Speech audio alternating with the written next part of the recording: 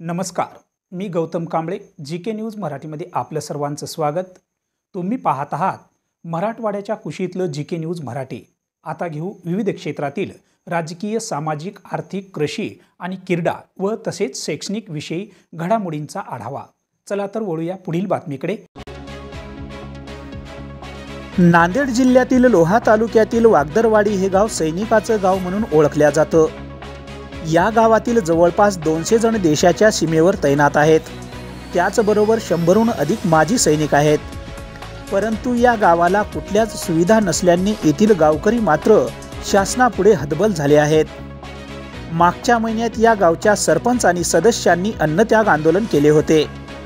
आमच्या गावाला सुविधा देणं होत नसेल तर आमचे सीमेवर लढा देणारे मुलं परत पाठवा असा गंभीर इशारा या गावातील सैनिकाच्या पालकांनी दिला होता.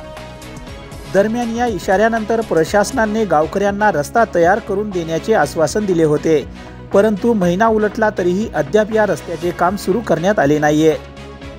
त्यामुळे वागदरवाडी या गावातील नागरिक आक्रमक झाले असून गावातील माजी सरपंच आणि सदस्यांनी पुन्हा एकदा अनोखे आंदोलन सुरू केले आहे.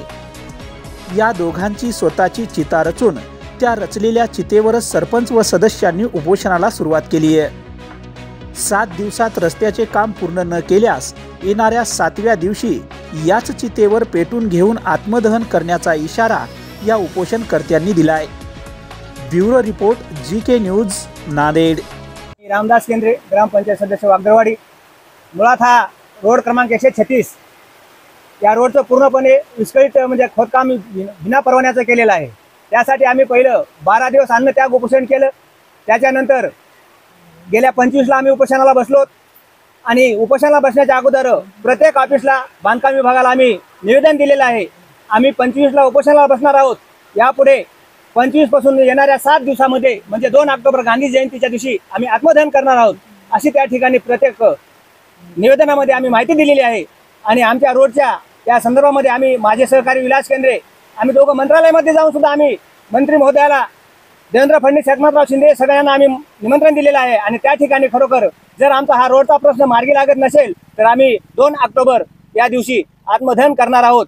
आणि यानंतर शासनाने एक माझी कळकळीची विनंती आहे, याबद्दल आमच्या पूर्ण गावातील मंडळींचा सहकार्य म्हणून येणाऱ्या काळामध्ये मतदानाच्या पेट्या पाठवणे, त्या ठिकाणी आमचं मतदानावर बहिष्कार राहील अशी माझी कळकळीची विनंती आहे. विलास केंद्रे, माजी सरपंच. मी गावाच्या रोडच्या संदर्भात बऱ्याचदा पत्र व्यवहार करून रस्त्याची मागणी केली, पण अद्यापर्यंत रस्ता झालेला नाही. त्यानंतर मी उपोषणाचं सुद्धा पत्र देऊन सलग 14 दिवस उपोषण केलं.